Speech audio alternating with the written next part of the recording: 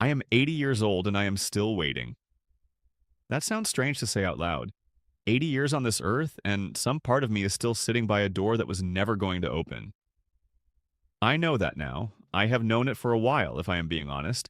But knowing something and being free of it are two very different things. I want to tell you something. Not because I think it will change your life. I have no interest in that kind of talk. I just think there is a certain point in life where silence becomes its own kind of dishonesty. And I have been silent about this for too long. So here it is. I spent the better part of my life trying to earn something that was never on offer. I grew up in a house where approval was the currency, not love. Love was assumed, I suppose, the way heat from a radiator is assumed in winter. You do not thank a radiator. You do not look at it. It is just there. But approval was different. Approval had to be earned. It was in the way my father sat back in his chair after dinner, in the way my mother paused before she answered a question, in the grades that were acknowledged once and never mentioned again, in the silences that followed things I made, things I said, things I tried. I learned early that if you did the right thing, the expected thing, the sensible thing, the silence that followed was a kind of reward. I told myself that was enough. It was not enough. By the time I was 25, I had already begun building a life around other people's visions of it. I chose a profession that made sense on paper, steady, respectable, the kind of job you could mention at a dinner table and watch the other person nod with a certain satisfied look. I chose it partly because I was good at it, yes, but I also chose it because I knew it would be approved of. I remember telling my father about the job. He looked up from his newspaper. He said, "Good." Then he looked back down. I carried that word for years. Good. I held it like it was more than it was. I think I always knew it was not enough, but I did not allow myself to know it fully. That is a different thing entirely. You can hold a truth at arm's length for decades if you are disciplined enough. I was disciplined. That was one thing everyone agreed on. There were things I wanted, things that had nothing to do with what was expected of me. I wanted to write, not professionally, not grandly. I just wanted to sit somewhere quiet and put things down on paper the way they actually were, not the way they were supposed to be. I started things, notebooks, half pages. I remember one summer in my early 30s, I filled a whole journal, carried it everywhere, read parts of it back to myself at night. My wife found it once and said it was beautiful. She was the only person who ever read it. I did not show it to my parents. I already knew how that conversation would go. The pause, the careful words, the suggestion that it was a nice thing to do in one's spare time. That word, spare, landing like a small verdict. So I kept it to myself, and then, after a while, I stopped. Not dramatically, I just stopped reaching for the notebook one evening and never reached for it again. There was always something more productive to do, more approved of.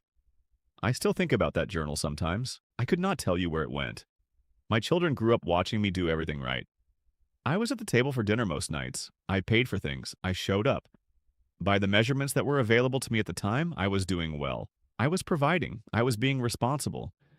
These were things my father had done, and his father before him, and nobody questioned whether that was the whole of it. But I was not really there. I was present in body and somewhere else in my mind, thinking about the next task, the next thing to cross off, the next thing that might finally produce that feeling I had been chasing since I was a boy. The feeling that I had done enough, that I was enough. It never came, and my children grew up sensing something they could not name. I see it now when I look at my son. There is a careful distance in the way he talks to me. Not cold, he is not a cold man, but careful. Like he is not sure how much of himself to bring into the room when I am in it. I did that. I am not saying it to punish myself. I am saying it because it is true and because I spent a long time not saying it. My mother died when I was 54. By then she was old and it was not unexpected, and I told myself I had made peace with her. We had long since settled into a kind of cordial routine. Sunday calls, birthday cards, the performance of closeness. But standing at her graveside, I realized I had never once asked her if she was proud of me. Not directly, never directly.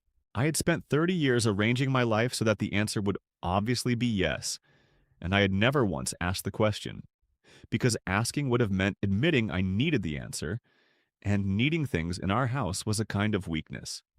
She died without me ever knowing, and I will die without ever knowing. That is the thing about approval. Sometimes the person you were waiting on leaves before you find out if the waiting was worth anything. I am not angry about it. I want to be clear about that. Anger would suggest there was someone to blame, and I am too old for that kind of accounting. My parents did what they knew. I did what I was taught. The machinery of it all was so ordinary. That is the hardest part to explain. There was no villain. There was no single moment where the wrong choice was made. It was just 1,000 small surrenders. A notebook put down, a question not asked, a feeling set aside because now was not the right time. The right time never came. Right time. My wife passed 4 years ago. 51 years we were together. She knew me better than anyone has ever known me. And she spent most of those years watching me search for something she could not give me because I would not accept it from her. She offered it freely. That is what I cannot sit with some mornings. She approved of me. Genuinely, completely, without conditions. She told me I was enough. She said it in small ways and large ways, and I nodded and said thank you, and went back to chasing it from people who were never going to give it. I do not know why we do that. Dismiss the love that is already in front of us while we strain toward the kind that was always being withheld. She deserved more of my attention, more of my belief in what she was telling me. I know that now. It does not help. Most days I sit in this house and the quiet is very complete. My son visits once a month or so. My daughter calls on Sundays. It is not nothing. I am not complaining. But there is a particular loneliness that comes not from being alone, but from finally understanding, too late, what you were actually doing all along. From seeing the shape of your life clearly for the first time when there is not much of it left to change. I look at that shape now and I think, I ran very hard in a direction I chose because it was the acceptable direction. And I arrived here. This chair. This quiet. This late understanding. If you are young or even just younger than 80, I am not going to tell you what to do. I do not think that is my place. And I have been told enough things by enough people to know that being told things rarely changes them. But I will say this. There are people in your life right now who see you clearly, who are not withholding anything, who are offering something real. And there is a very human tendency to take those people for granted while you perform for the ones who make you feel like you have not yet arrived. I wish I had understood earlier that approval from the right person, the person who already loves you, is worth more than a lifetime of approval from the people who are always just about to give it. I am still working on believing that myself. At 80 years old, I am still learning to take yes for an answer. That is really all I wanted to say. Not a lesson, not a warning. Just the truth of it finally out in the open, where it cannot do any more harm sitting inside me. If any part of this felt familiar to you, I am sorry. Not in a pitying way. Just in the way one person recognizes another across a long distance and understands, without saying much, that they have walked similar ground. I hope you get to ask your question before the person leaves the room. I hope you do not wait as long as I did to believe the people who are already telling you yes.